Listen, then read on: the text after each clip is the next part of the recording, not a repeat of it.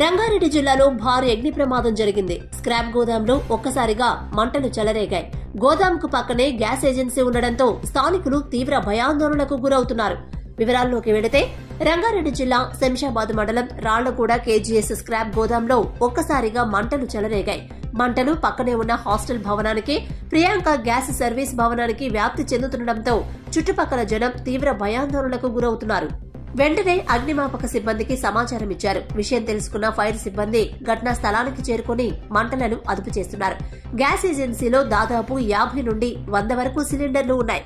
Gas కంపెనీకి ఏవైనా వ్యాపిస్తే ప్రమాదం తీవ్ర స్థాయిలో ఉండే అవకాశం ఉన్నందున ఫైర్ సిబ్బంది సిలిండర్లను బయటకు తరలిస్తున్నారు.